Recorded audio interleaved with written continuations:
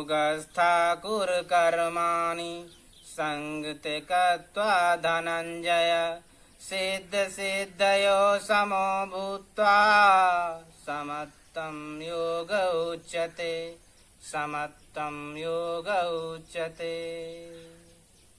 मेरे प्रिय साथियों व योग साधकों, आप सभी को प्रणाम। स्वच्छ स्वस्थ समृद्ध जीवन की राह विश्वकर्मांचल योग प्रवाह। आज के सत्र में हम सीखेंगे हिरण्य संहिता व हठ योग प्रदीपिका में वर्णित शवासन अथवा मृतासन का अभ्यास। शवासन अभ्यास में 100 की भांति लेटने के कारण इस आसन का नाम शवासन पड़ा। शवासन हमारे शरीर के लिए बहुत ही आवश्यक आसन अभ्यास है। शरीर की क्रियाशीलता बढ़ाने के लिए जिस प्रकार श्रम आवश्यक है, उसी प्रकार शरीर की जीवनी शक्ति बढ़ाने के लिए विश्राम आवश्यक है। श्रम विश्राम ये जीवन के दो विशेष अंग हैं। शवासन के अंतर्गत हम अपने शरीर के विभिन्न अंगों मांसपेशियों को विश्राम देते हैं। शवासन के संबंध में मुनि घिरण्य जी हिरण्य संहिता के 19वें श्लोक में कहते हैं, उत्तान सबवद भूमौ शयनन्तु शवासनम् शवासनं श्रमहरं चित्तभ्रंशान्तिकारकम्। इसी क्रम में हठ योग प्रदीपिका के अंतर्गत स्वामी स्वात्माराम जी कहते हैं, उत्तान सबवद भूमौ शयनं तच्छवासनं शवासनं श्रान्तिहरं चित्तविश्रान्तिकारकम्। अर्थात शवासन के अभ्यास को करने के लिए हम सर्वप्रथम अपने पैरों को खोलकर दंडासन में बैठ जाते हैं।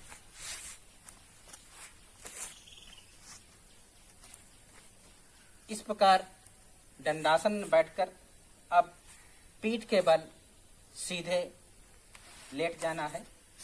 कोहनियों को लगाते हुए पीठ के बल सीधे लेट जाएंगे।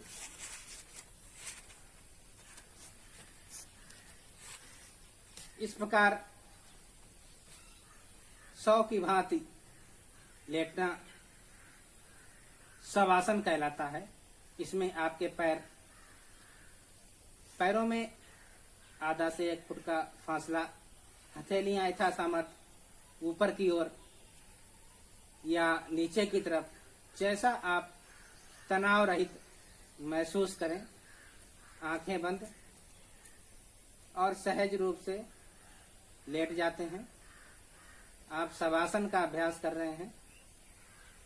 शवासन का अभ्यास करते समय अपने शरीर के विभिन्न अंगों मांसपेशियों को पूर्णतः शिथिल कर देते हैं।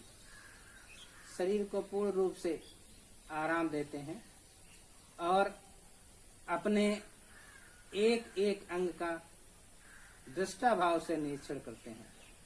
एक एक अंग प्रत्यंग में प्राण का प्रवाह शवासन के माध्यम से करते हैं। अपने पैरों के पंजे से प्रारंभ करते हुए पैरों के पंजे को दृष्टा भाव से देखेंगे। पैरों के पंजे के उपरांत अपने पैरों के टखने को, पैरों की पिंडलियों को, घुटनों को, जंघाओं को देखते हुए क्रमशः ऊपर की ओर जननेन्द्रिय पर ध्यान केंद्रित करते हुए अपनी पेट को देखते हैं, अपनी नाभि को देखते हैं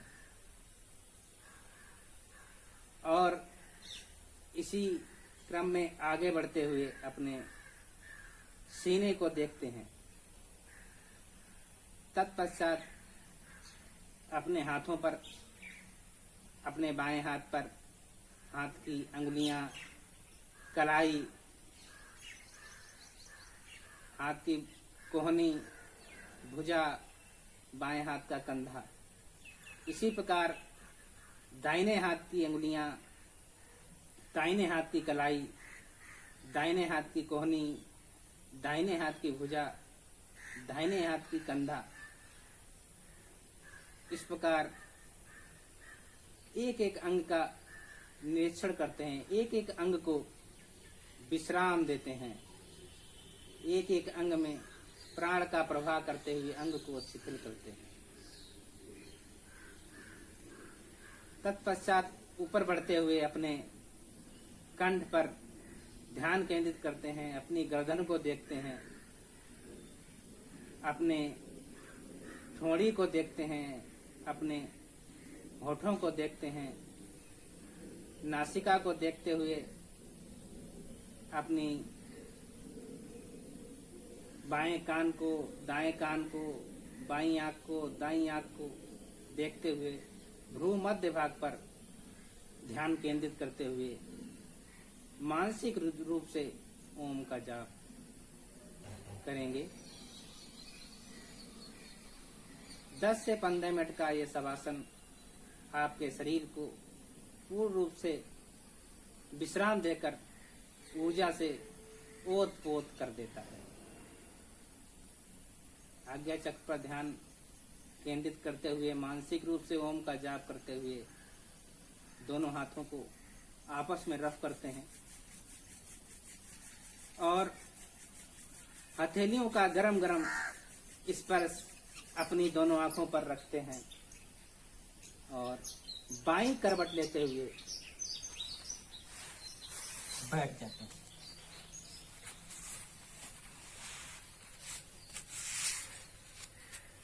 इस प्रकार शवासन का नियमित रूप से अभ्यास करने से हमारे शरीर की जीवनी शक्ति का विकास हो जाता है। आइए जानते हैं शवासन का अभ्यास करने से और क्या क्या लाभ होते हैं। शवासन का अभ्यास करने से शरीर को नई शक्ति व उत्साह मिल जाता है, चित्त शांत व निर्मल हो जाता है। शवासन का अभ्यास करने से थकान, तनाव, अनिद्रा रोग दूर हो जाता है। हाई बीपी की समस्या, उच्च रक्तचाप की समस्या में लाभ मिलता है। शरीर का रक्त शुद्ध होने से हृदय रोगियों को विशेष लाभ मिल जाता है शवासन का अभ्यास करने से। तो आइए लाइक, शेयर और करें सब्सक्राइब अपने इस चैनल को। साहिब।